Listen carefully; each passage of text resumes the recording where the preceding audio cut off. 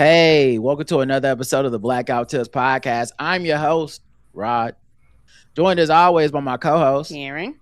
and we are live on a Monday, rush hour Monday. You guys are probably on your way home, watching us on Crowdcast on your phone, knowing you're supposed to be having your hands on 10 and 2, looking straight towards the road. Pay attention. I saw a wreck today. It was crazy. Oh I'll get to that in a second, but we're not alone. no.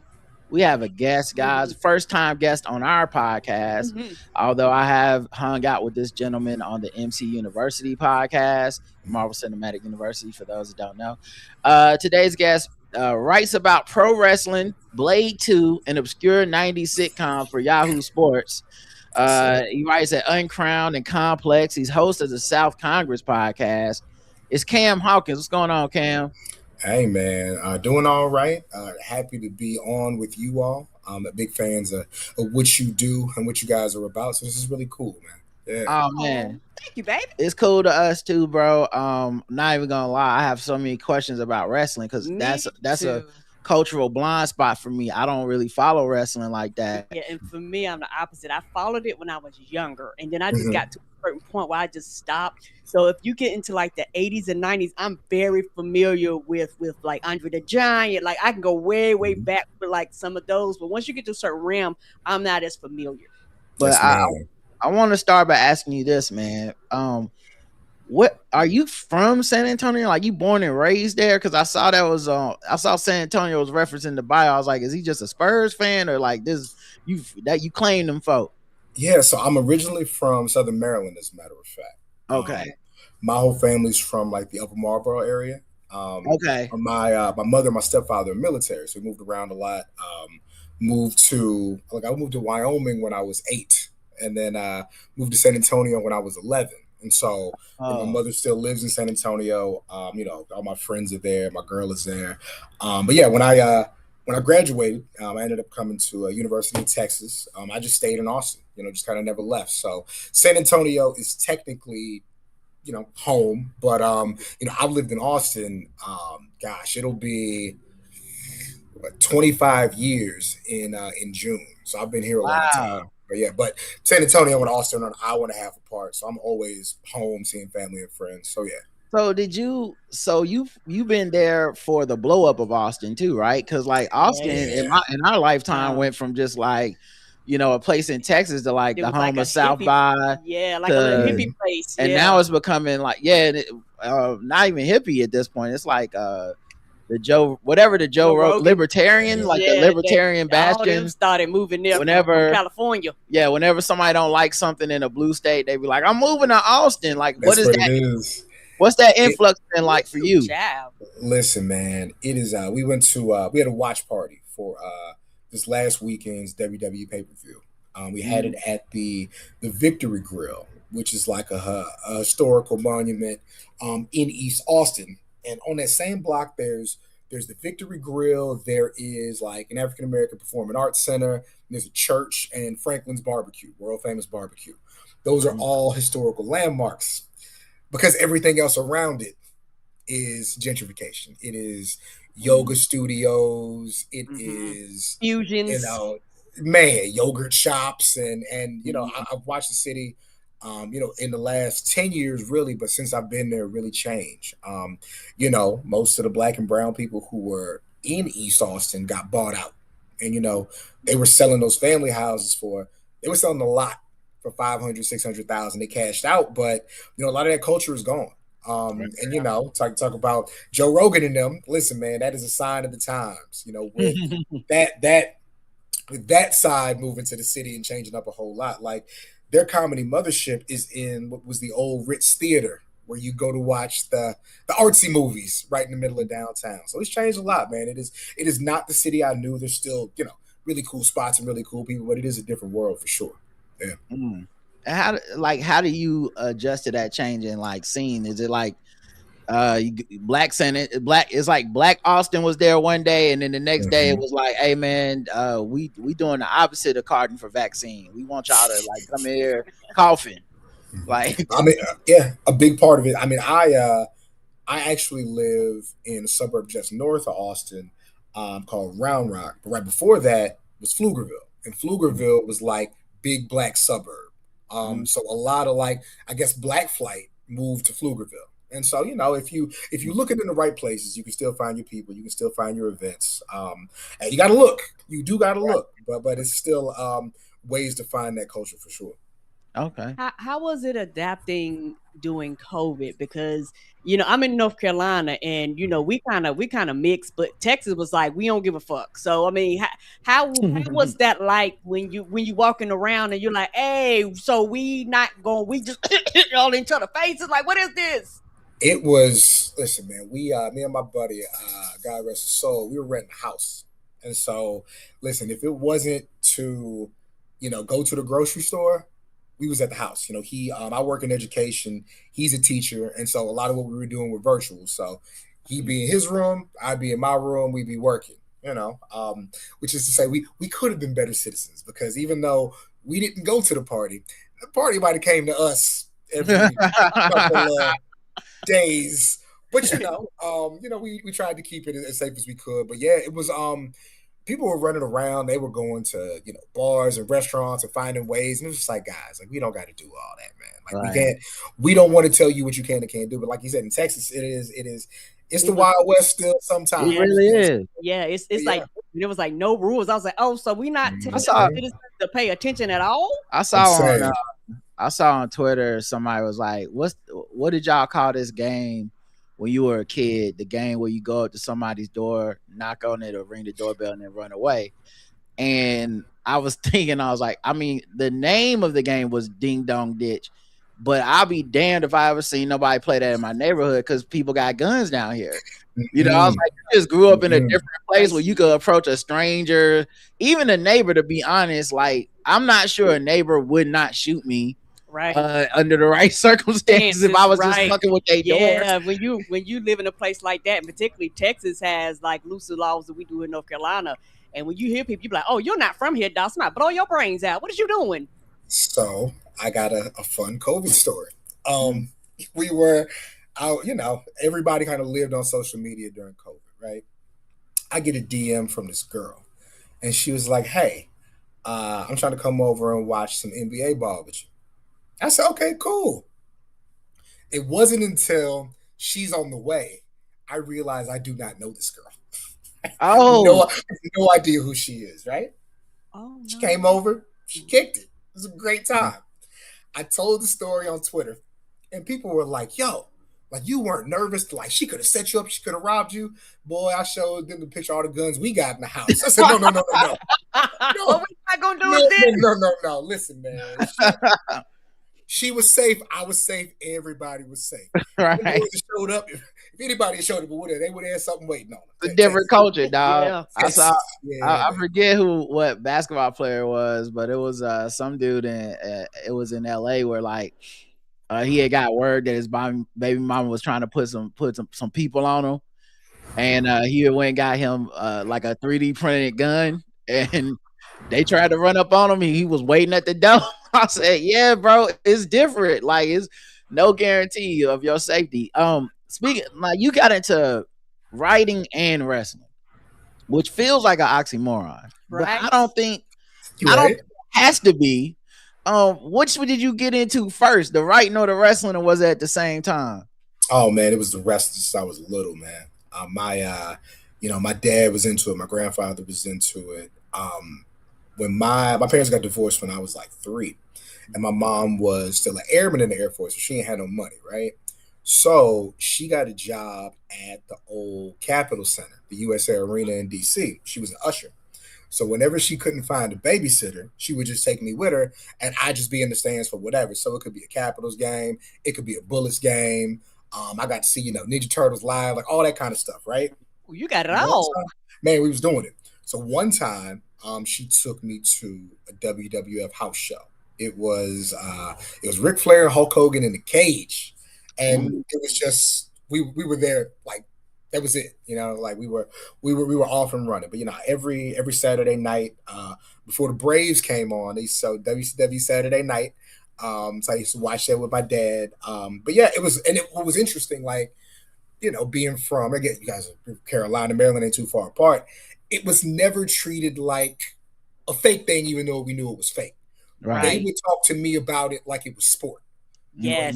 Did you see, you see this match, see that match, how is such and such doing? So yeah, we always just kind of treated it like that. So the wrestling, like ever since I was a little kid, and then of course, I grew up. I'm in middle school, elementary school, like when the Monday Night Wars are jumping off. So it's Raw on one channel, Nitro on the other. I'm going back and forth in the basement, like yeah. So it was always that. On the flip side, the writing, that was my degrees in English, right? So it was always something I was into.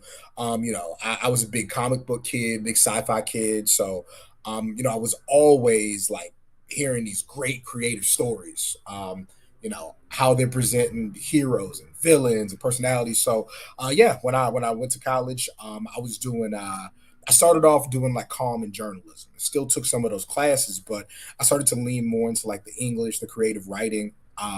So then, when I graduate, I didn't want to teach. I was dating a teacher, and then I was like, oh, we can't both do this. Yeah, you can't both, bro. Yeah, not even be broke though. But it was like we can't both come home stressed every day. That's what it was. So I was I was working at a school, but I was working in like financial aid at a school. But I had started to find wrestling websites, like where they were showing they would share like the results and all that kind of stuff. So what ultimately happened, I was doing my own blog, South Congress blog, writing about stuff. Every once in a while we talk about wrestling. Found this one site, it's called the Pro Wrestling Torch. And they were doing like wrestling journalism. Like they were writing long form newsletters and doing interviews and opinion pieces. And so I started like listening to their shows. I ended up getting onto one of their podcasts. And then I was like, hey, I can write too. And so I would do stuff every now and again. And then again, y'all brought up the pandemic. The pandemic changed so much, man. Yeah. Everybody's on Twitter. Everybody's, putting their thoughts out, and the right person saw it. If you look behind me, there is a framed white woman on my wall. I will explain that. She's right there. So what happened was, as brothers have, every brother got a framed white. Mom back. I don't know what. She back there. You gotta have one. Come with the house. So what happened was, wow, you're going to the house. What happened was, there's this magazine I used to read called Pro Wrestling Illustrated. I used to sit there in the grocery store and read it because my mom wouldn't buy it. The guy who edits that magazine was like, yo, I'd love for you to write a thing for us. And he had me interview young lady that's behind me. And my mom actually framed that was my first magazine piece. But I got the magazine opportunity. Then I got an opportunity from a website. It was called Fansided. And Fansided does, all the sports, but they also do wrestling. So I was doing some writing over there. And then I got invited right when the world opened up. My man Chris from New York invited me to be on a panel at Comic-Con. It was called The Beauty of Blackness in Wrestling. And it was some friends of mine who I knew, some people I didn't know. I ended up sitting next to my man Kaz from The Ringer, Kaz from the Hot 97 morning show, because of course Kaz does everything, right? And so, we had kind of known each other. We talked a little bit. I met his buddy Sparks the next day at a show in Jersey. A couple months later, I get a call from Sparks. Hey, Cam, are you planning to come to Wrestlemania in Dallas? I was like, I wasn't, but what's up? He's like, yo, I'd love for you to come up here. We can hang out a little bit. I said, cool.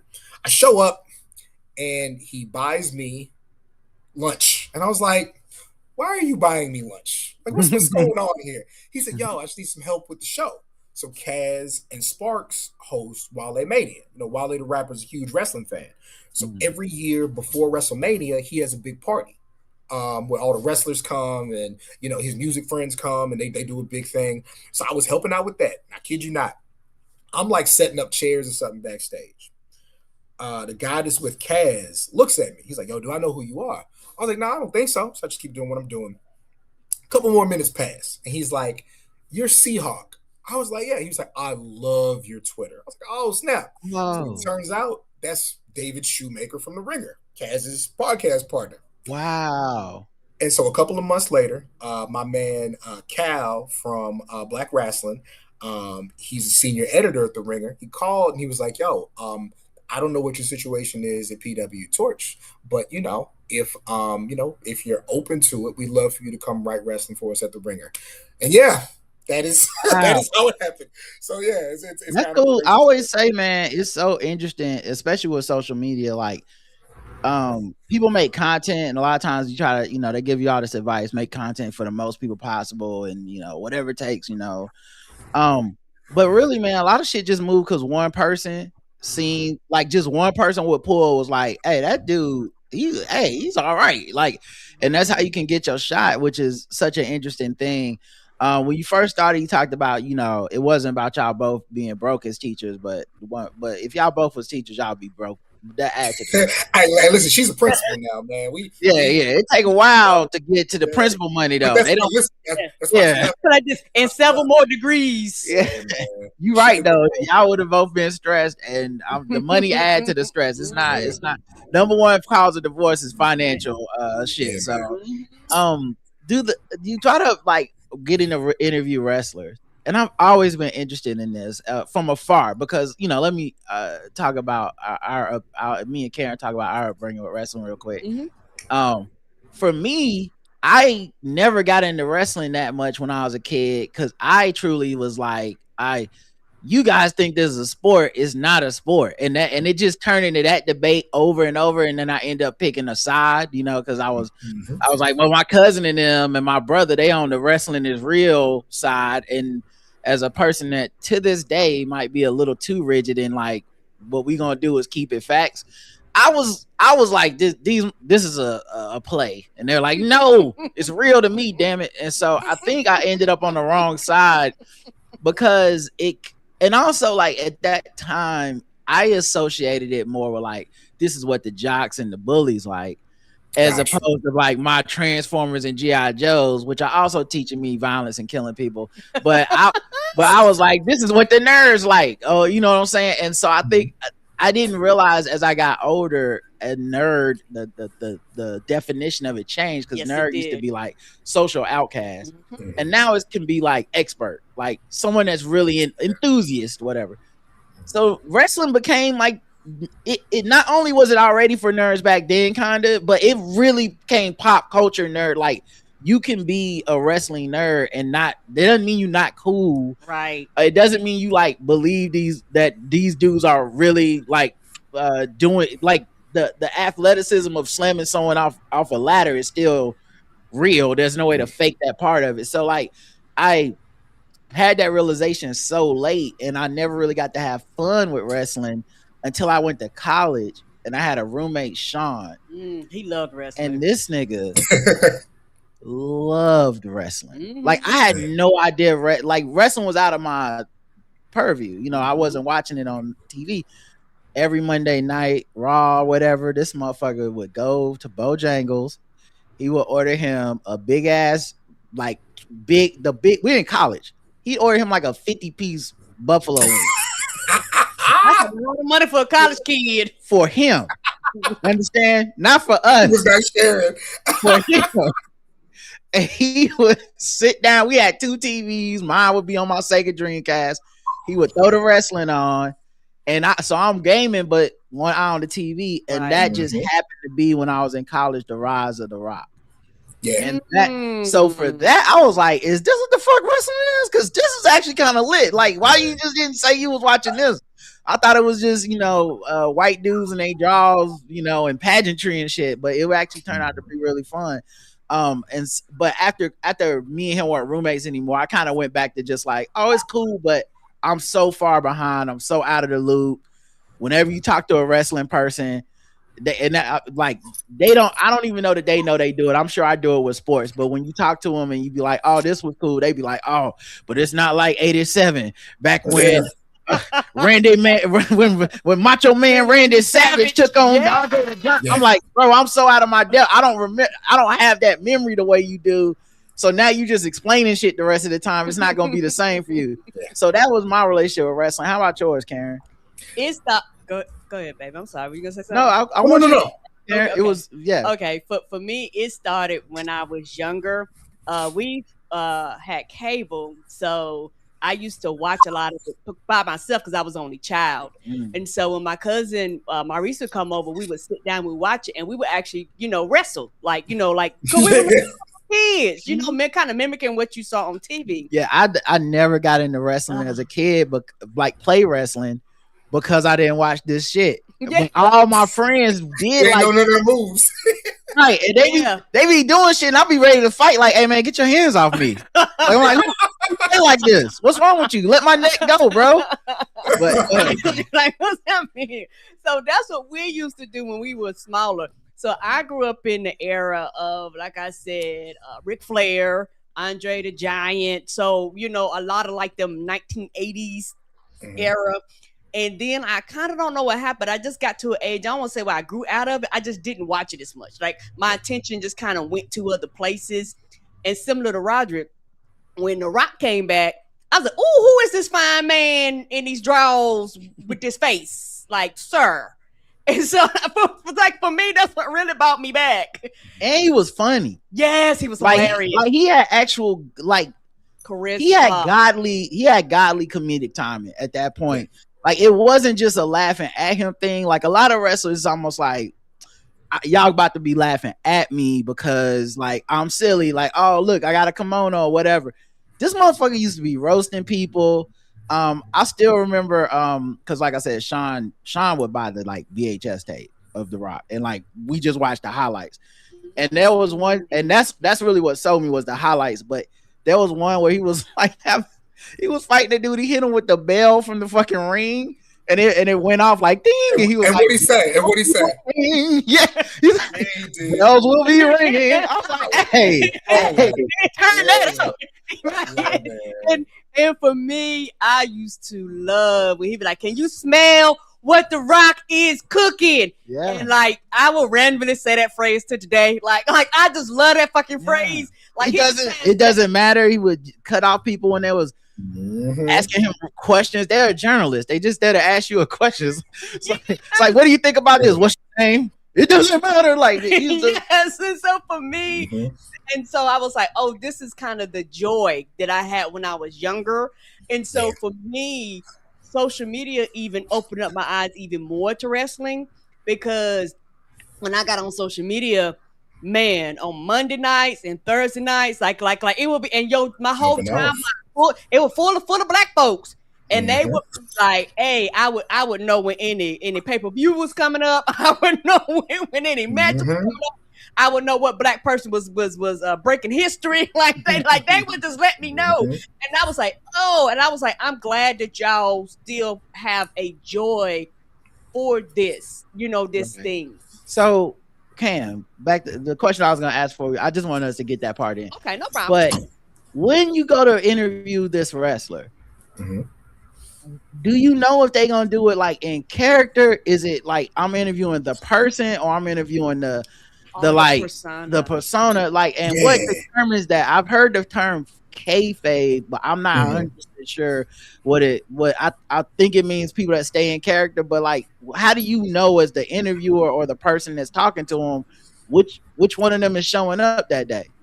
I think I was lucky enough to come into it at a time where it's kind of understood you are getting the person and not the character for the most part. Okay. Right? Okay. So like a really cool thing was you talk about being a fan of the 80s.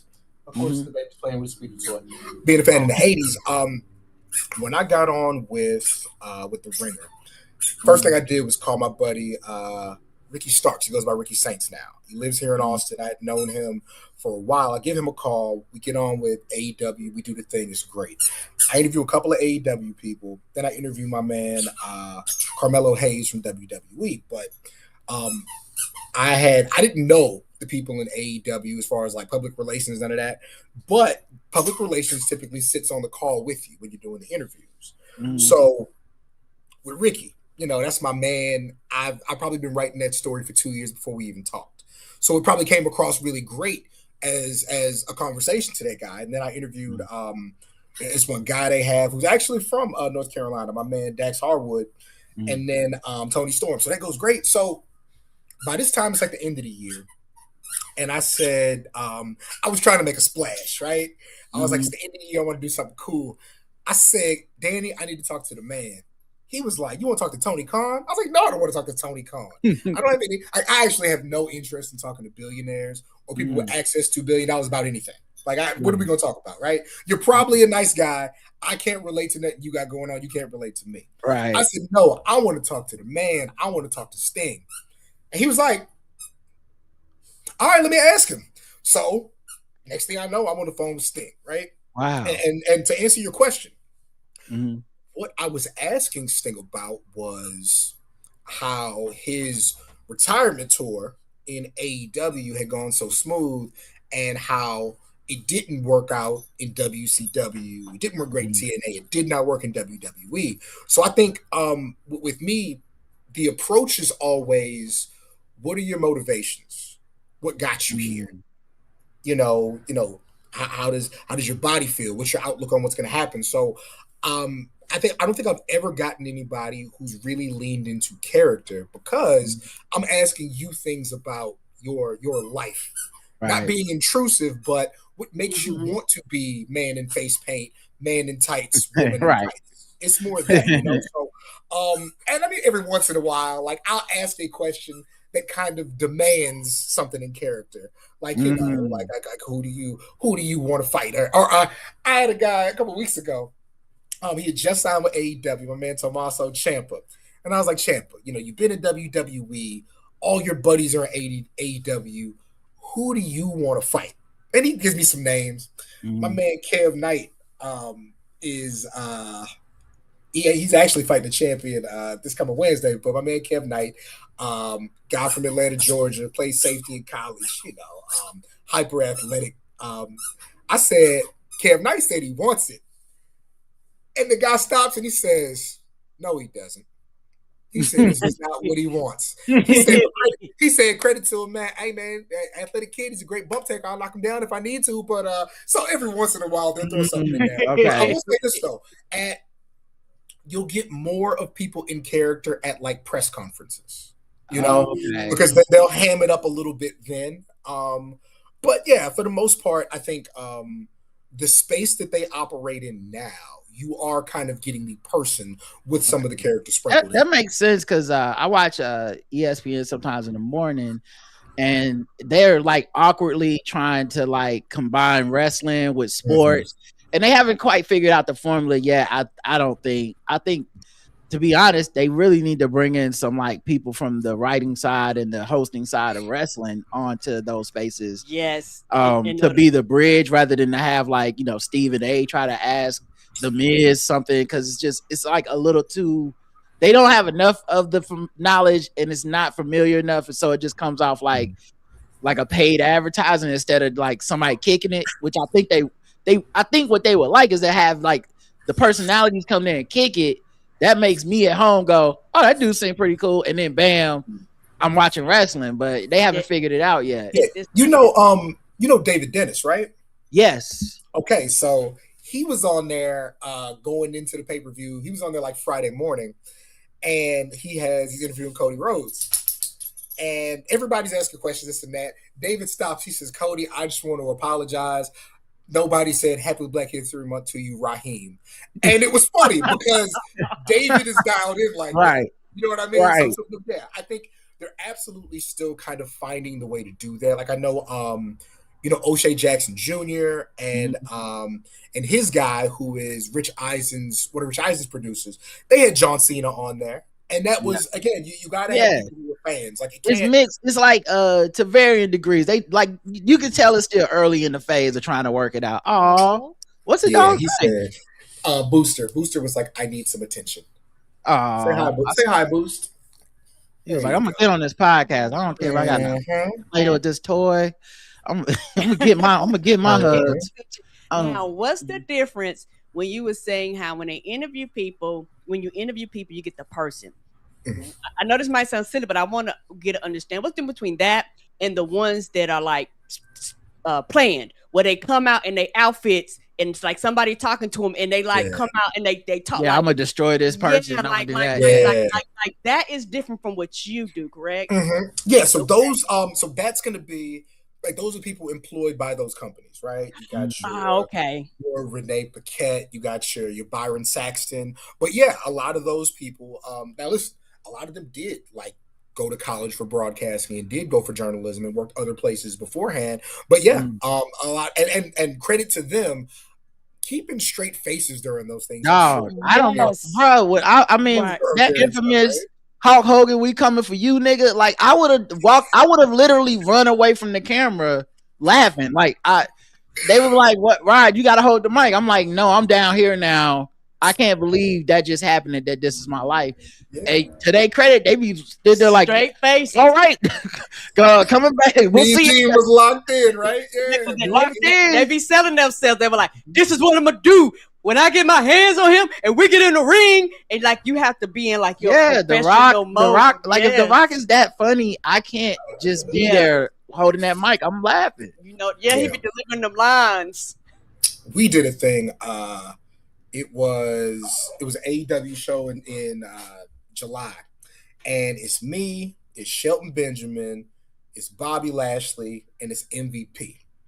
And if you ever met Shelton Benjamin and Bobby Lashley and MVP, they ain't three of the biggest niggas that ever exist. They are monsters. So Shelton from Orangeburg, South Carolina, a D1 wrestler from Minnesota. Bobby Lashley, Armed Forces champ. MVP, did 10 years in the pen, so he big. But also does MMA. Different type of big. Functional I'm muscles. I'm with all them, and they're in character pretty much when we're talking. But I've interviewed Lashley, I've met Shelton. I know P, so we're all like sitting there talking. So I say, Shelton, you've been a tag team guy forever, and you and Charlie Haas had so much success, and what's it like tag teaming with Bobby Lashley? He said, man, really, it just makes it easier to win. And I was like, it's kind of unfair, right? And P stops me, and he's like, fair? What you mean fair? They know what they signing up for. And then he does this thing. He's like, yo, so if you telling me if you in Africa and you on the plains and you see a gazelle and he's out here walking and he does a little arm thing, and I stop, I say, how was he walking, P? And he does it again, and everybody just busts out laughing. It does get to a point. Again, I couldn't do it. Right. Yeah. Because I would be like, no, this is funny as hell. I gotta laugh. Yeah, I don't know how they do it, man. When I see those interviews, I'm always like, bro, you like, because that's the other thing. It's not necessarily scripted in that you're like reading a teleprompter. The Rock says certain things or certain timing. Like when you get it doesn't matter what your name is, perfect. Like, dog, I would just fold over crying laughing, and they'd be like, this isn't even working. Like this bit actually only works if you look intimidated when he cuts you off. I'm like, but it's so fucking funny, dog. I would be dapping them up like no, you got me. It don't matter. Right. I'm looking at the camera. It don't matter what my name is. He's right. It don't matter. No, Rod, you're not supposed to go along. It's not a yes and. Yeah. Nobody got me, man. Did you ever try your hand at wrestling? Did you ever like whether the academic in school wrestling or the entertaining style? Absolutely not. No. Never really wanted to. You grow up in Texas, you play football. You play football, you run track, you power lift. It's pretty much a year-round thing. So it was never I never had interest in like participating on that level. I knew I was going to go to college. I knew I was going to get a good job, and I knew I was just going to go from there and enjoy things, on the outside. Like, I got a bunch of guys I went to school with who went to, a D2 or a D3 school, tried to walk on somewhere. That last day of football was the last day of football. You know what I mean? Like it was done. I never really, and so it's interesting now, I spend so much time not just around like the WWE and AEW guys, but I go to like the shows at the high school gyms or the shows at the bars, like the independent kids. And we're talking 19, 20 years old, with hopes of joining WWE, with hopes of joining AEW. And I love it, man. I love picking those kids' brains, writing about them when I get a chance, and just like going like it's crazy going to an independent show and being the most famous person at the show, because these kids are trying to come up. And so like and it's cool because they'll like thank you for being there and be like happy they met you. And it's like, nah, this it's not what it should be. Have you seen anybody at one of these shows that later on went on to be in like AEW or WWE? Oh, absolutely, man, absolutely. Can you tell? Like, can you when you see him, you like, okay, that dude, he's going to the next level. Yeah. There's this girl from Dallas. Her name's Maya World, and she is Maya, probably about 5'3", but she's solid as a rock, super athletic. Used to come out to this Lotto song that I don't listen to no damn Lotto. I got the song in rotation though. Like great attitude, but everybody knew. You know what I mean? Everybody knew it was happening. And then her and another girl I wrote about, they got signed with AEW like 2 months ago. And so they're on. But no, it happens all the time. Like I actually wrote a e-zine, I guess we'll call it, right? It was, I worked with my great artist, Lauren Moran. I called it the Next Up Lineup. And so it was like 5 wrestlers who I knew were going to get there. Not because, let me see. I got to pull it up.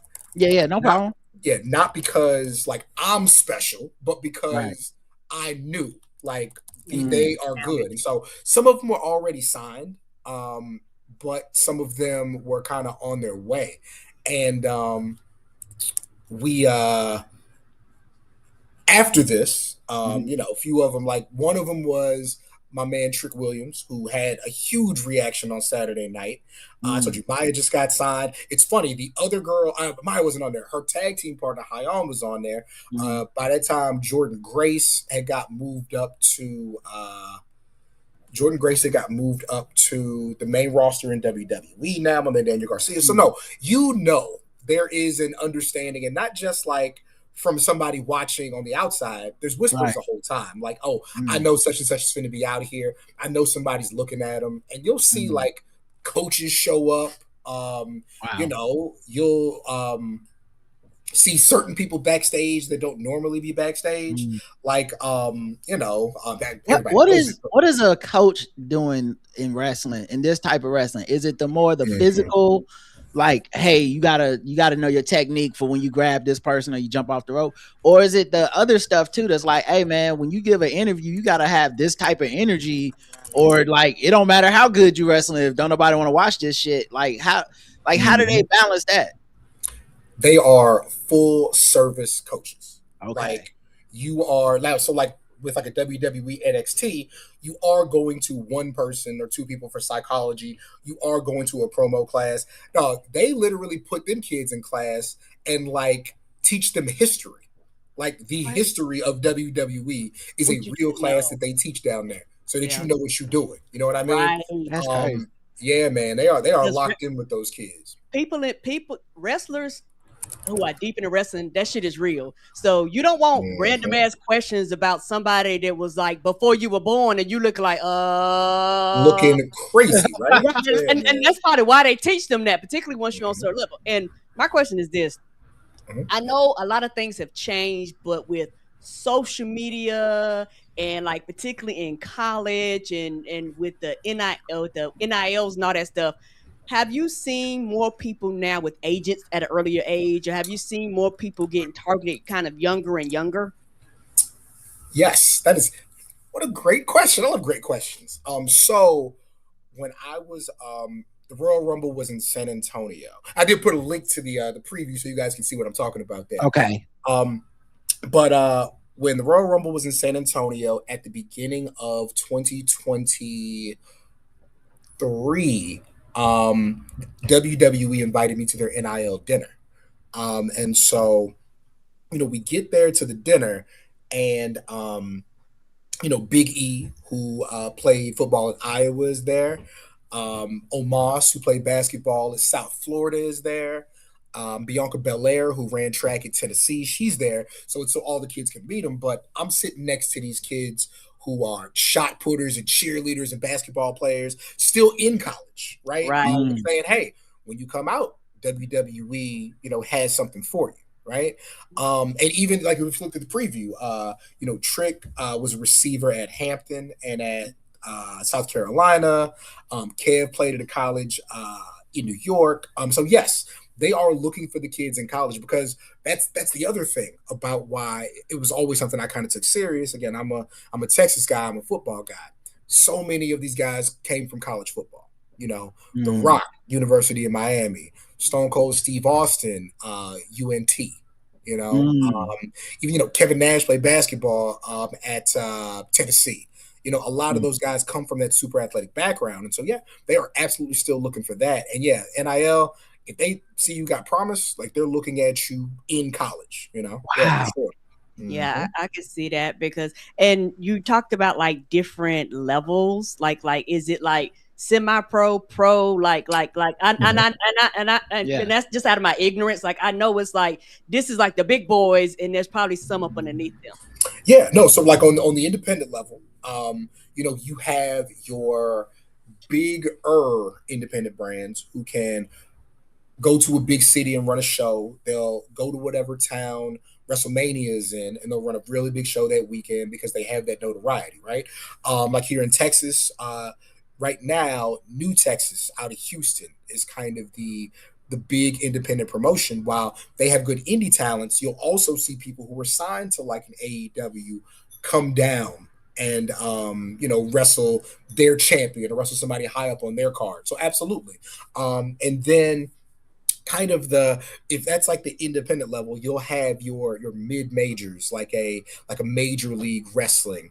And then of course the kind of at that highest level, you'll have your WWE, your AEW, your TNA, which are going to have those super recognizable stars. And then once you start talking about international, you have your New Japans, you have your CMLL, your your AAA in Mexico. So yes, the answer is absolutely yes. Trying to sort them all out would take so long, but there's absolutely the really small indie, the recognizable indie, kind of the boutique indie, and then you'll have the stuff that you see on TV. So absolutely. It's kind of like sports too, in that like fans of wrestling, by the nature of just life and entertainment and how corporate our culture has become, you kind of end up learning all the backdoor stuff with the companies. Like, oh, this company bought this company, and oh, they wouldn't sign this wrestler. So like when I was younger, it just kind of all felt like motherfuckers are just putting on costumes and wrestling every week. It's like, oh yeah, it's simple.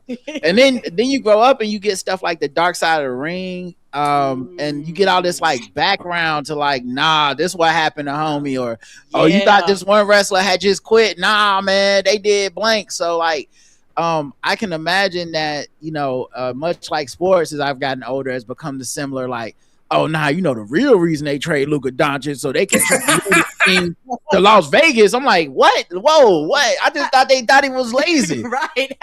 So how did we turn left? And Roger, you making me think, when it's something that you love, like people wrestling love that thing like I love like Marvel. So for me, I get into the weeds. Like a lot of people, I know way more about that shit than I used to be a kid that just was like, oh, cartoon movie or whatever. Now I'm like, oh nah, man, Spider-Man can't be in that because this the third movie and they can't take like once you've optioned the actor for 5 movies, you can't just burn that. I'm like, what has happened to my brain? I used to just be like, oh, Spider-Man in the movie. Yes, that was it. Yes.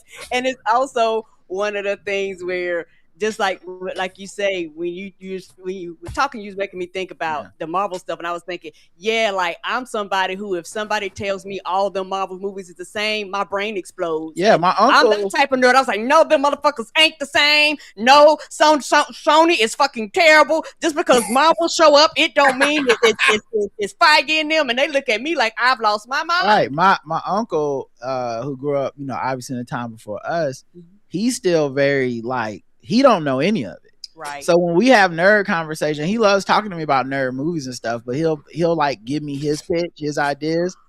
Oh. Somebody said R.I.P. China in the chat. Salute to China. Yeah, you really had pulled out the shirt and everything. Not the airbrush. Salute to China and my man Eddie Guerrero on the backside. Dang. Yeah. I feel like I should sing Gangsta Lean right now or something. Pour this 40 out, my homie. But yeah, it is kind of interesting how that all goes down with the like the knowing the background of it, because like my uncle, he grew up in a different time. Mhm. So he'll talk to me about nerd stuff whenever he sees a movie. Like, nephew, let me ask you about this. Did you like Superman or whatever? I'm like, yeah, I loved it, blah blah, whatever. And then he'll be like, yeah, you know what they should do in the sequel? They should have Captain America fight Superman. I'm like, oh yeah, you grew up before any of that mattered. Like, you didn't even know what company made the movie when, like, it's a simpler time. I almost miss it. I almost miss not knowing and not being like, the reason that they had to stop the Netflix Marvel shows is because Disney bought them. That's not because the shows is doing bad. Like, it's too much. I'd rather just go back to hoping that, hoping that my toys together. Hoping Iron Man could fight G.I. Joe and just move on my life. Throw a little Transformers in is like, it's nice to have a level of respect and a level of trust to where, like, the wrestlers and the people in wrestling companies will confide things in you and talk to you about things. But it's also like, I wish I didn't know any of that. You know what I mean? Like, these are my heroes, not my heroes. I do miss it being a television. They have problems too. No, man, I made a joke the other day about something in wrestling, or maybe I retweeted Ric Flair or something. It was like Ric Flair did something cool or whatever.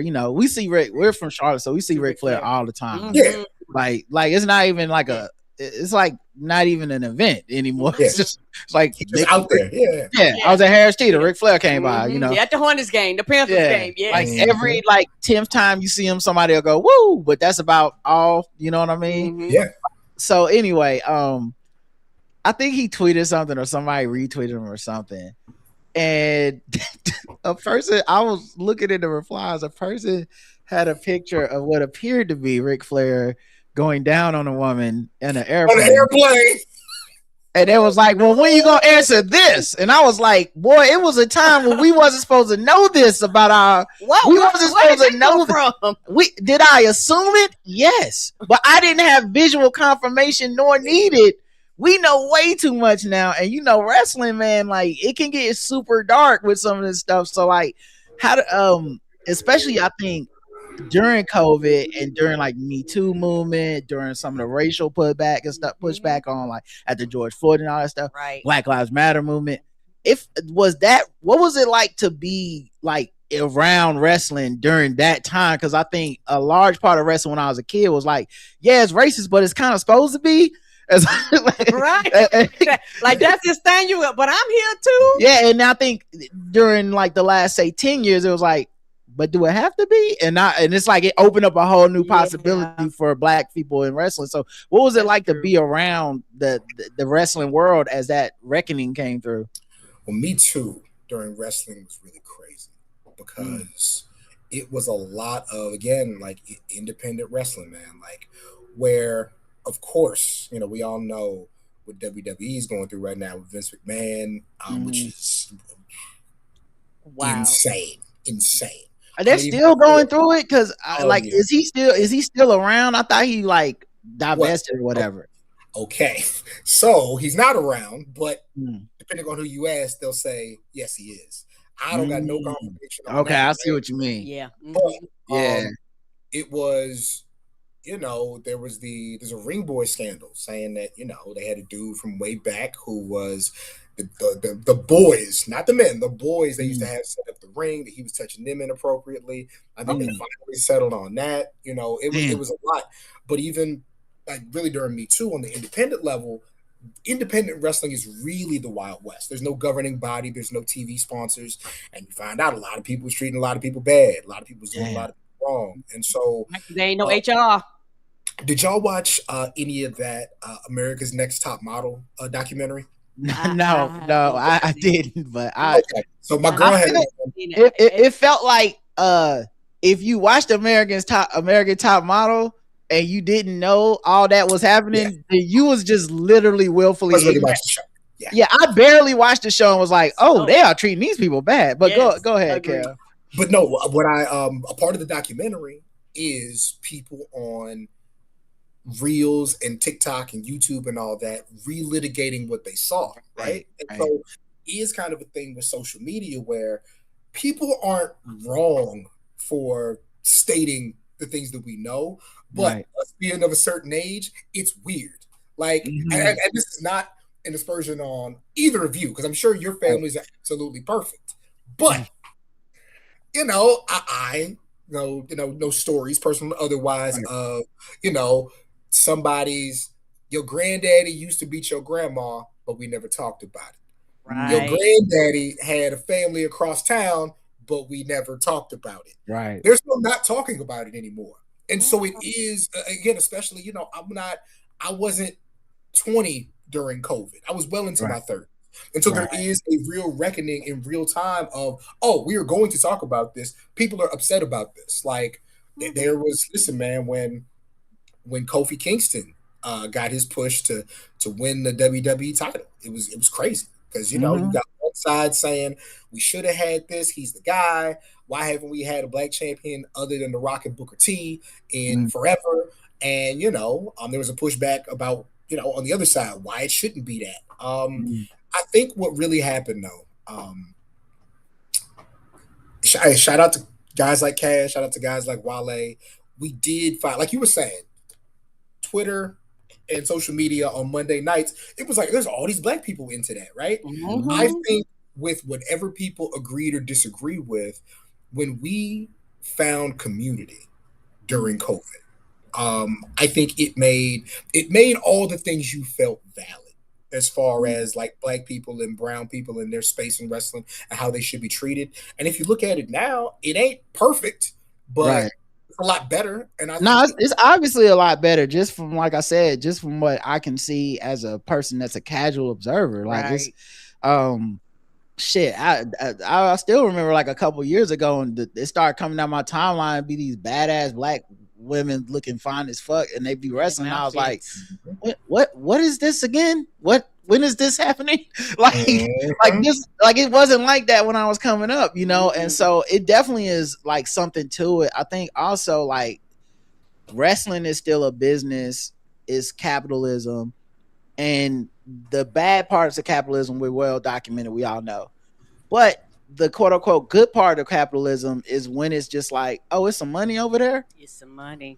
Like I always call it Disney capitalism, where I'm like, I don't give Disney credit for being like, oh, it's such a great they're such a woke company that looks out for us. I'm like, no, spend money too. I was like, what I like about Disney is that after 40 years of Star Wars with just like 2 black people in the whole goddamn thing, right? Black people was on Twitter like, I wish I could buy some Star Wars, and they was like, we got you. Hold on, get some people on the phone. Let's go get this money. I feel like wrestling has kind of done that. It's had to adjust it with the culture. Like whenever there's a cultural change, I guess. I talked to Shawn Michaels last year, and Shawn Michaels is in charge of NXT, which is essentially WWE's college class, for lack of a better way of saying it, right? It's where you go before you get to the main roster. And I asked him, I said, look, Shawn, you have you got Trick Williams, you got Carmelo Hayes, you got Obafemi, you got NXT at the top is noticeably black. Is that by design? He said, listen, man, I would love to take credit for it, but they the best guys we got. Like, and I'm not going to deny the best people we got because of how they look. It's a good problem. And I was like, yeah, like that's great that space exists, In a lot of society now, we're getting a cultural pushback. Even Trump's election, people look at it as a cultural pushback. And, all these corporations like, Target's like, take down the black signs. We good now. Yeah, now they crying because they done lost money because they don't realize niggas spend money too. Yeah, it's wrestling. I ain't been to Target in a year. Yeah, exactly. And like, I don't even be participating like that. It's just literally, it was so blatant. Like, I can't. It's like I always say about R. Kelly. It's not that I'm such a great person that I would never listen to somebody who did a crime. I've obviously listened to artists but if your music make me think about the crime, it's very hard for me to listen to the fucking music, man. That's not my fault. That's you. Yes. And I feel like, that's what happens in a lot of these areas. That's what happened with Target is I can't go to Target without thinking like, man, they kind of threw black people in the trash. Yeah. I go to Walmart, and I remember I was telling somebody like I went to Walmart instead. They was like, Walmart had been fucked up with black people. I was like, well, they didn't do it lately. Yeah. So, so that's where everybody going. Yeah. They got another 6 months or whatever. So yeah, is wrestling? Is there any feeling of people trying to push it back to the old days of like, hey man, we gotta go. It's getting too woke or whatever the fuck people are saying in other areas of life. I think the genie's out the bottle, man. I don't think you can go back. I think so like even on my level, right? I'm one of the people, but not just the people. I'm one of the people they send black and brown people to because they know that story is going to get told the right way. They know that we can talk about things. There's also the flip side. I had one wrestler tell me, I asked the wrestler about how black it was right now. He said, "Hey man, we the best at it. Like, what can we do?" I said, "I'm not going to put that in a piece."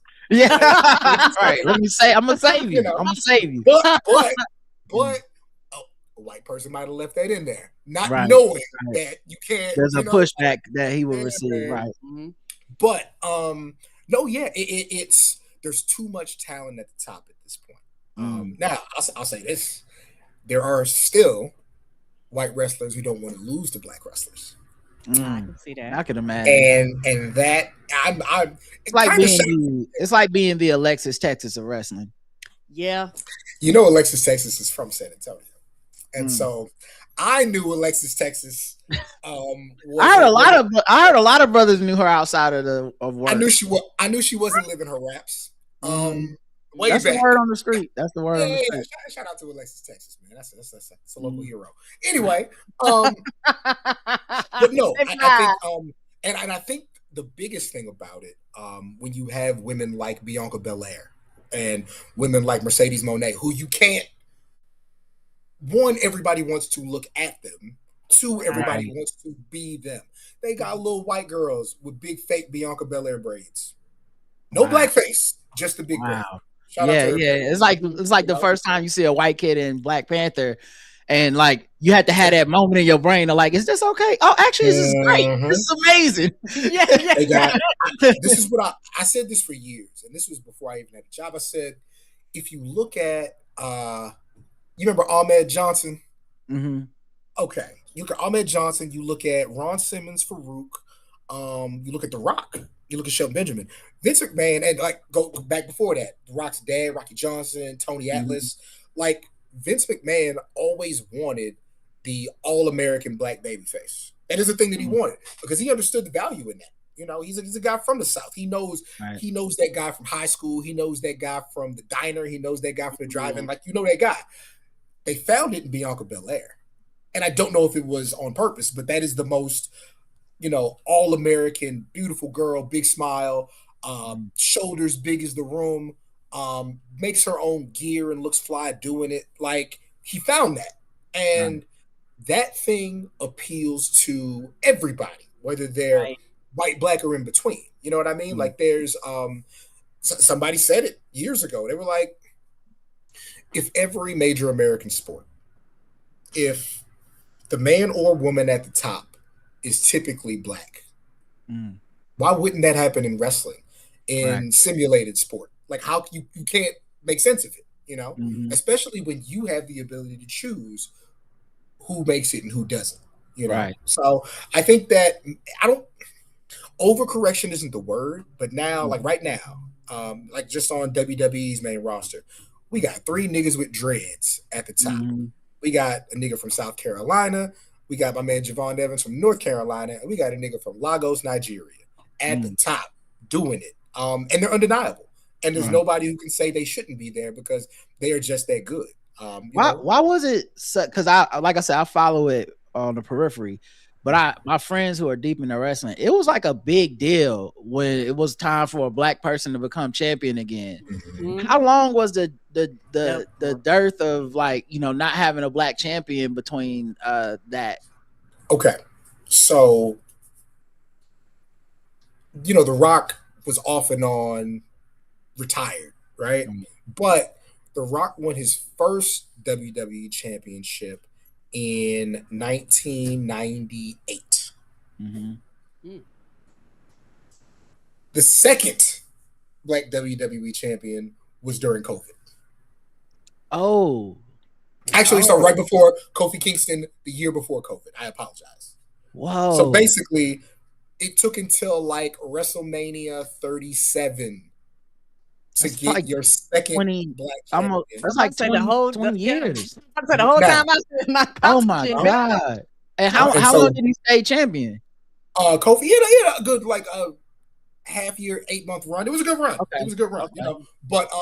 But yeah, So I it know, was that I long. just know how we are, and I know people was like, he Oh, gonna that was- lose. this oh, week. but- no, but it was a good run because they had him lose in one move to Brock Lesnar. Oh, So it was bad. It was bad. It was really bad. I said good run. no. I forgot about that. It ended worse than any of them. But no, yeah. Oh, So no. Booker T was WCW champion, and when he went to WWE, they made him World Heavyweight Champion, which was an extension of the WCW title. They made Mark Henry World Heavyweight Champion. They made Bobby Lashley ECW Champion. But no, between The Rock winning his first title in '98 and Kofi winning his, and Batista, Batista Black, but Yeah, but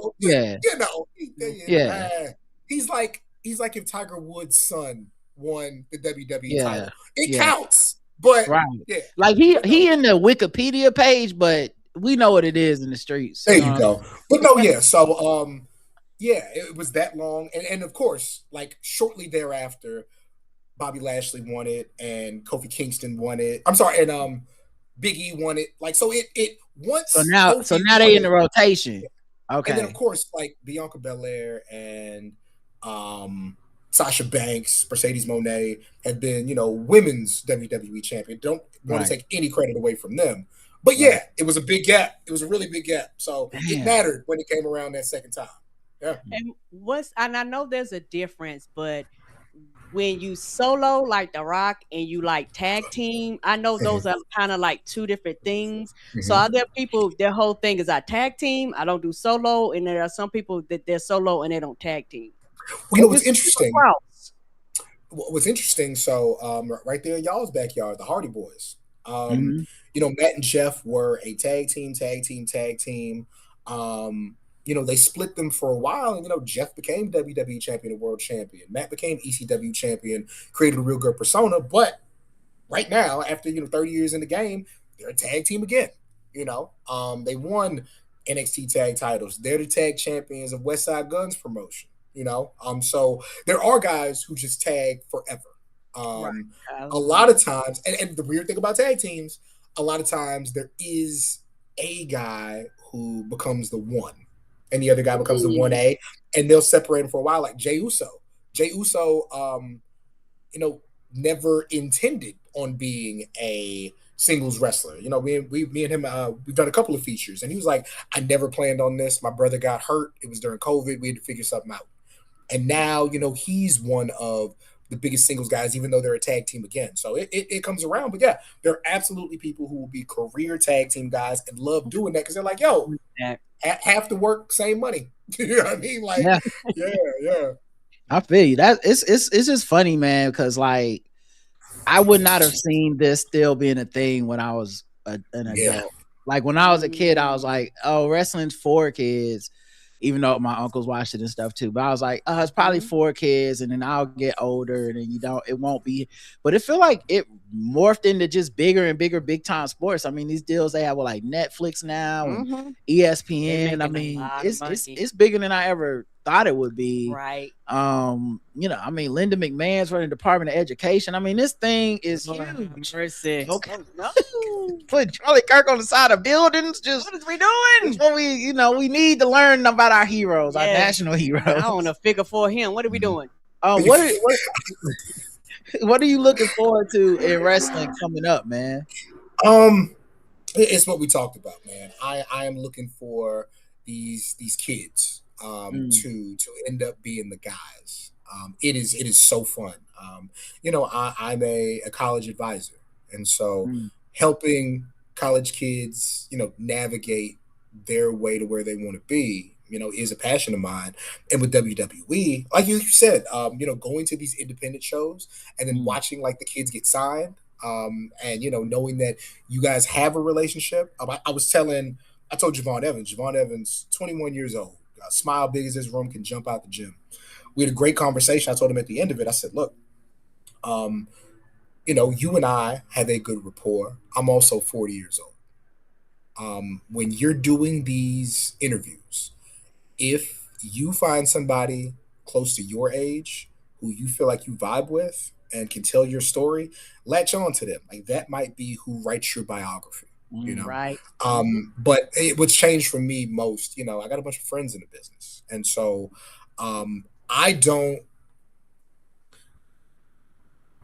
it's not for me anymore. Ooh, I can't wait to see what the WrestleMania main event is, I miss that sometimes? I absolutely do.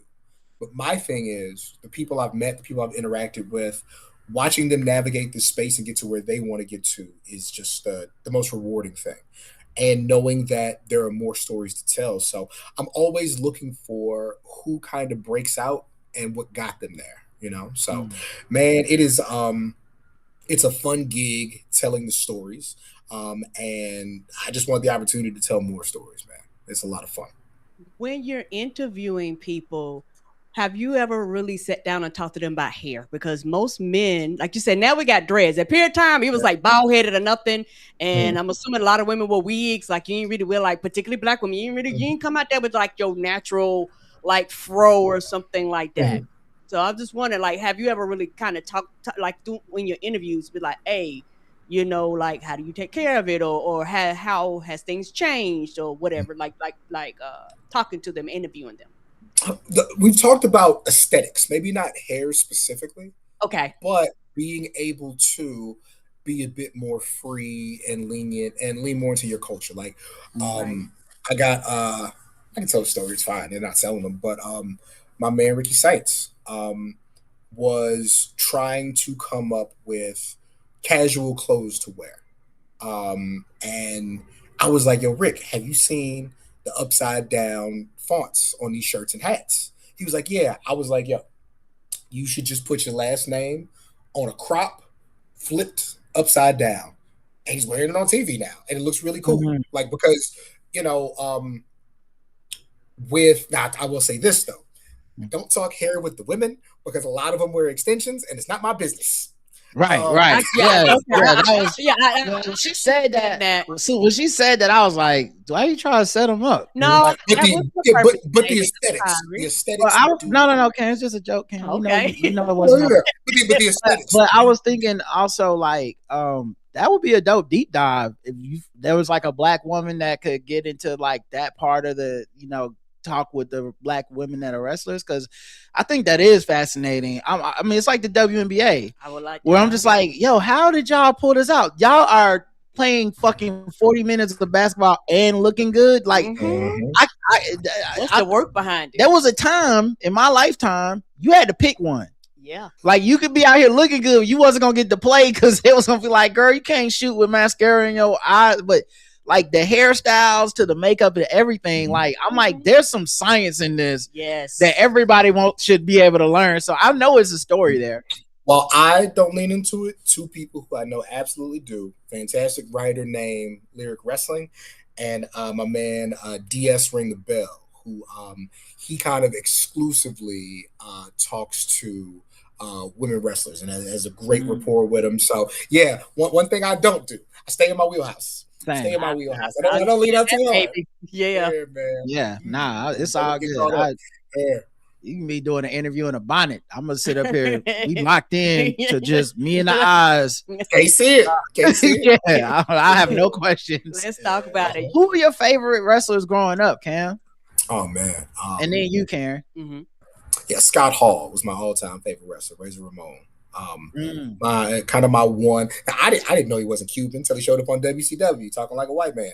But, that's hilarious. Yeah, but it's funny. He literally passed away like a couple of months before I started doing this, like as a career as a gig. Mm. And I didn't get to talk to him, but I got to talk to Eric Bischoff about him. Funny, Ric Flair was there too, because Ric Flair is everywhere, right? Right. But I'm talking to Eric Bischoff off to the side, and I'm like, I just want to ask you, is anybody ever going to be as cool as Scott Hall? He said, absolutely not. He was like, it will just never happen. I love Scott Hall. I was a real big, and still am a big Bret Hart fan. Bret Hart is the most amazing interview, because when you interview Bret Hart, you're not interviewing Bret Hart. You are saying hi, and then Bret is talking for a half hour. And you just sit back. You just sit back and let Bret go. He's amazing. What I loved about Bret was how athletic his wrestling was. Like, it was wrestling with a means to an end, not just moves for moves' sake. Loved that about him. Loved his intensity. Mr. Perfect, Kurt Hennig. I've never seen anybody that smooth in the ring. Those were like my guys as like a kid. Of course, like, again, interviewing Sting and Bret was so crazy. But I tell you what, a guy, I didn't know why I liked him, but I knew I liked him. And I understood more of why when we finally got to talk. Jake Snake Roberts. Oh my God. He was just an incredible person, in the sense of he battled addiction his whole life. And the space that he's in now kind of helped to inform like why he would do the things he did, why he moved a certain way and talk a certain way. Of course, I was a huge Randy Savage fan. He's absolutely insane. Everybody. Yeah, man. It was and by the time like a Booker T came around, and Booker T's a Texas guy, so I've seen him around and talked to him a few times.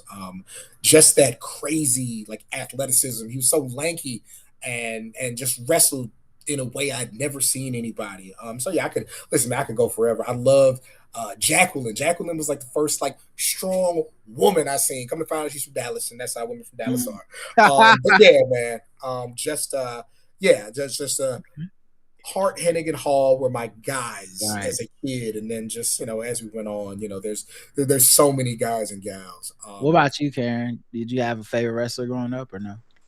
My favorite wrestler was, and I know he canceled, but at the period of time, I ain't gonna lie, I love me some motherfucking Hulk Hogan. Yes, I appreciate the honesty. With him tearing that shirt off, it was like as a child, like that's that. You know what? That's another one that when we didn't know behind the scenes, it was just you was allowed to just be like. I mean, honestly, especially as a black person, it's one of the few places you was allowed to be like, I just like this guy who's just a real American who just ran down, I am a real American. Love this dude. And then like he had like that personality, that persona, and just the bright. It's like he was like Saturday morning cartoons in a person. I don't know if that makes sense. He had a Saturday Slim Jim. He had a Saturday morning cartoon, and I watched that shit too.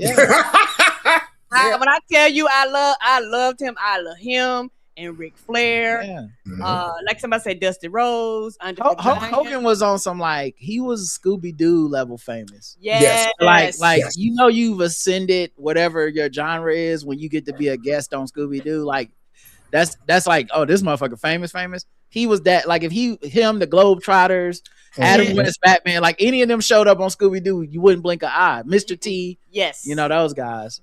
Yeah, I'm not even gonna lie. When I was a kid, absolutely loved it. It was just something about, like I said, the brightness and the colors and the personality. Like when he came on, he just popped. Just that voice, it's almost like he demanded the room, if that makes sense. And so it's one of those things where I was consistently drawn to that. But in hindsight, he did say brother with the super hard R. Brother. So you probably should have known some other things are being said with the people super do this thing now where they're like, kids get on my nerves. They'll call people like aura merchants, and they'll be like, he's great until the bell rings. Sometimes I'm like, nigga, fuck the bell. Have some fun.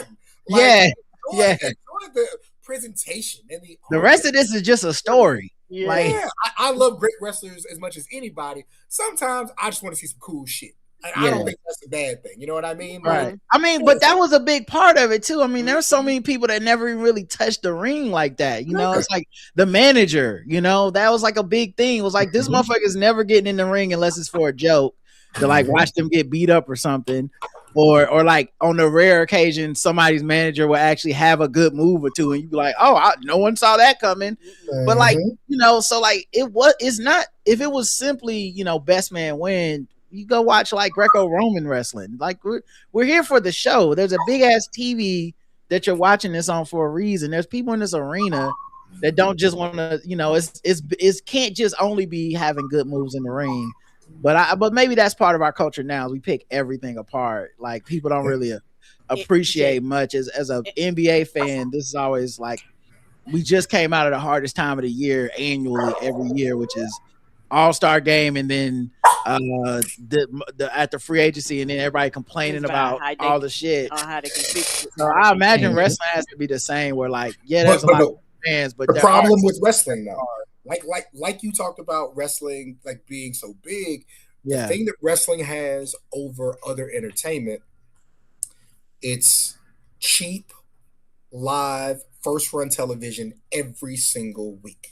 Yeah. But that also breeds you having to listen to everybody's opinion on every little thing every single week. To the point where my buddy hit me like a week ago. He's like, Cam, like, I just want you to know I've noticed that you don't talk a lot during shows unless it's like, oh, that was tight, and you keep going. I'm like, I can't do it no more. It will ruin what I'm trying to do. Right. One, for wrestling, and two, try to figure things out for what I'm doing for the job. Like, no. Real quick, somebody said the best match I saw. The best wrestling match. I mean, there's a few of them. I would never say just one, but Six and Eddie Guerrero ladder match, of course. Rey Mysterio versus Eddie Guerrero, Halloween Havoc '97. Rock Austin 3 at WrestleMania 19 was amazing. AJ Styles, Samoa Joe, and Chris Daniels triple threat for the X Division title. I really, really like what was it? Charlotte Flair and Rhea Ripley. Like it's just, there's so many of them. We could probably have to break it down by era, but like there's so many great wrestling matches for different reasons. For my favorite wrestler, I think it's really just, hate to be basic, but I think it is The Rock, because that's really the person that put me over. Yeah. But I just had to give a shout out to Mankind. Oh, Mick Foley's amazing. That motherfucker right there, I had never seen nothing. I was like, he just in there. Like they just went and got a normal person except they crazy. Oh. And he just wrestling. And like he was pulling this shit off. Motherfucker be wrestling like half a business suit with jogging pants, falling on Tic Tacs and shit, like thumbtacks. Like he was bleeding every fucking time he got in the ring. It was insane what that dude was doing. And that was cool. But yeah, I don't, I feel like because that was the era that I started watching some of it in. Those guys were the ones that stuck out. There was The Rock and Mankind, even though there's a bunch of other guys too. Imagine falling so far, so hard that your teeth grow through your lip, bruh, and you just keep going. And he keep fighting.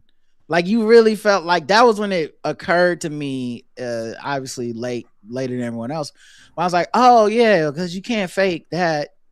You know what I'm saying? Like I've been obsessed with like, man, this shit is fake, dog. Y'all already know the outcome. But I'm like, I don't know, falling 2 stories into a fucking thumbtack that's sitting in the middle of the ring and then bleeding all over the place. Yeah, that happened. There's no amount of scripting that can make that not have happened and hurt like shit. I can't believe you want people to be entertained this badly, because there's nothing I want that badly. If we were playing in a sport like NBA and football and they put thumbtacks on the middle of the court, I'm like, oh, I'm good then. So y'all don't want to play. Cool, got it. That's insane. I gotta go.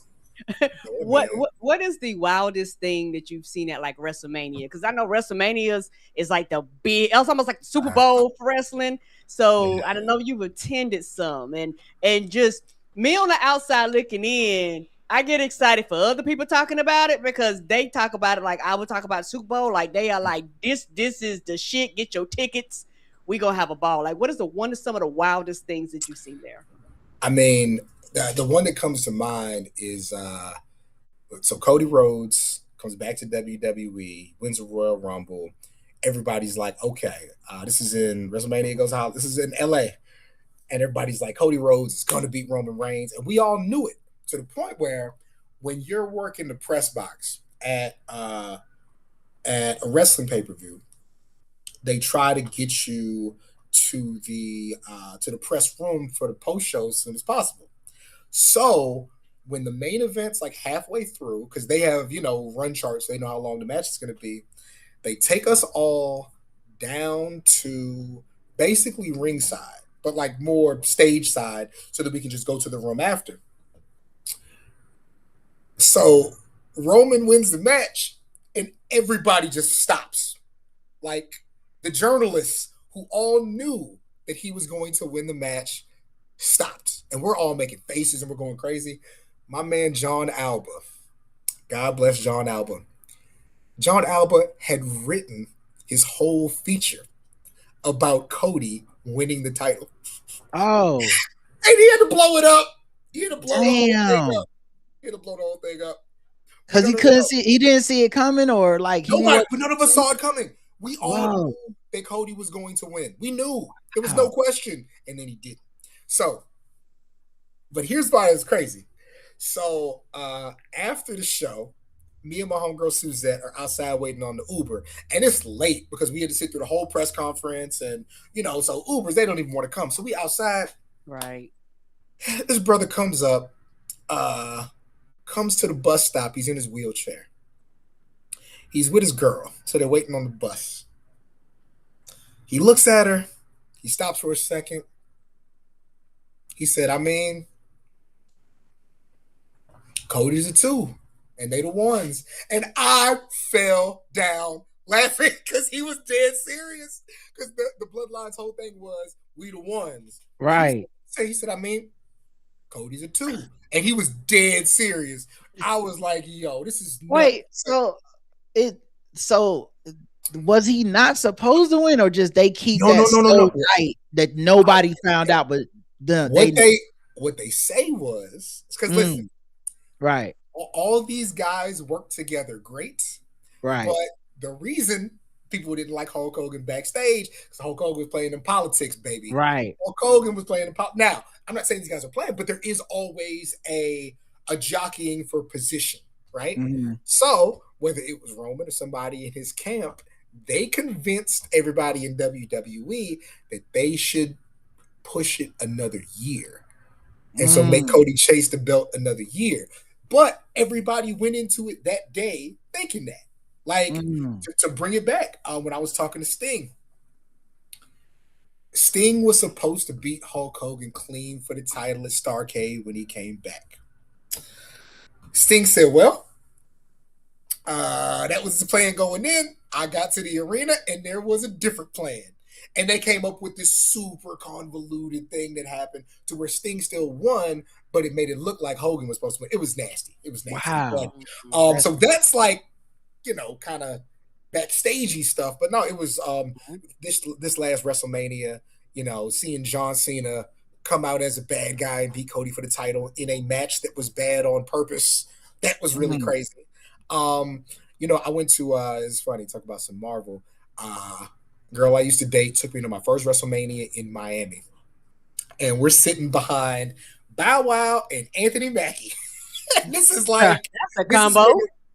This is when The Rock came back to fight John Cena. So this is, 10, 15 years. That's a long time ago now, right? Seeing that in Miami was really wild. Yeah, man, I've been to a lot of them. You kind of start to lose count when you start going for free. It gets a little crazy. I saw The Undertaker lose his streak in New Orleans. Wow. Yeah, he was 21-0. Watch Brock Lesnar beat him. You ain't never seen an arena get that quiet, man. Everybody just stopped because they thought that we all thought that was never going to happen. Same, yeah. It is how many WrestleManias is it a year? Is it just one, or is it WrestleMania is a Super Bowl? There's one WrestleMania a year. One a year. Okay. Now, since they went to Philly for WrestleMania 40 a couple years ago, now it's 2 nights. So Oh, that's Okay. what it is. Okay, I, because when Roger asked, I was thinking, I think it's just one because they only talk about like one time a year. Yeah. I still have not been to both nights because why? Why would I ever do that? I went to night one, but my family's from Maryland, so the first night I sat in the press box. The second night I was like, yo, my grandma like came up to see me. They was like, does your grandma want to go? And then they put us they put us in the stands. I was like, okay, that's cool. But Wow. but last year it was in Vegas. Man, we did night one at what is it? Swim club, something swim, top swim, something. But I was like, I want to be with the homies. Like, I want to have fun. But yeah, 2 nights is a lot, but now it is 2 nights. But they kind of got a big four. They have the Royal Rumble in January, which determines who makes it to WrestleMania. So WrestleMania is in April, SummerSlam's in August, and then the Survivor Series is in November. And they have pay-per-views every month now, but that's kind of their big schedule. Yeah. Okay. All right, man. Look, this has been fun, Cam. We always interview people the first time that they're on the show, just so that the audience and us can get familiar with them. Yes. You got to come back, and then we can do segments and play games. Some for guest sure and all that type of shit. But and I know our wrestling people that like wrestling. Yes. Hopefully this is day. Yeah, I hope this was really a treat for y'all, because y'all know that's my cultural blind spot, so I don't know that much, and then it's always lost on me when people make these references, and I'll be like, oh, I wish I knew. So now y'all got y'all fixed. Y'all better leave comments on this shit and like it and everything. Cam, tell the people where to find you, man. Oh, of course.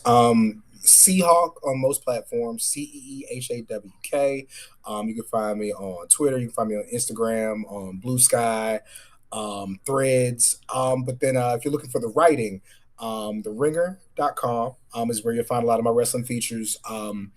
Listen, I don't work at WWE, but when I got hired at Yahoo, what happened was my man Ariel Helwani was calling around because he was starting a vertical at Yahoo, and he was like, hey, who do I need to write long form wrestling features? And WWE was like, hey, you got to go get Cam. And hey, man, we've been off to the races ever since. And we got a great team over there. Certainly not just me, a lot of great guys, but Yahoo Sports Uncrowned is where you'll find a lot of my work over there too. South Congress podcast, South Congress with a K. If you go back in the archives, me and my late best friend, my man Peanut, we had a running lifestyle show for years and years. Now it's fallen back more into my wrestling features. So if I do somebody kind of outside of Yahoo, I am able to put the full audio on there just so people can get a feel on how I build my features, the things I ask, what comes up. This last week, my man Joel Anderson, the very best journalist going. Yes. I love Joel so much. Yeah. We actually did a half hour talking about the passing of Michael 5000 Watts from Swisher House, because Joel's a Texas guy, I'm a Texas guy, and we came up and came down to Michael Watts. So that was really fun to talk about. But yeah, South Congress with a K on all of your where'd the title come from for South Congress? Oh, so South Congress is a really happening, bustling block here in Austin. South Congress with the C, of course, because the street actually leads up to the Capitol, right? But for me, I got a buddy, my man Mike O'Hara, who is a personal trainer, spent some time training guys for the UFC. We grew up together playing football, but we were not friends. We were real different guys. Right. But, when I put on a lot of weight in college and I needed to get back in shape, went to go sign up at a gym. He happened to be the dude who worked there. So, meeting somebody in your late 20s and 30s is so different than when you're teenagers. The first time we linked up, it was at this restaurant called Doc's on South Congress. And I just always remembered how much it taught me about how people can be different and how you guys can build even years later. And so, yeah, that's why I called it South Congress. Just to kind of, us being adults is finding kind of a new way in the world. So yeah, South Congress with a K. And the K was just like, let's not get sued. You know what I mean? Well, I don't know what the right is.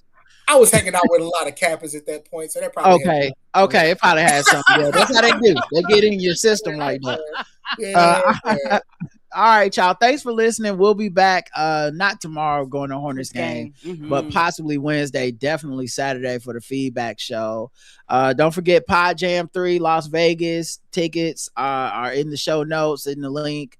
And Patreon, all that stuff is in the show notes and the links. Make sure you guys sign up, and we'll talk to you soon. Until next time, I love you. I love you too. Mwah. Bye, Cam. Baby. That was fun, dog.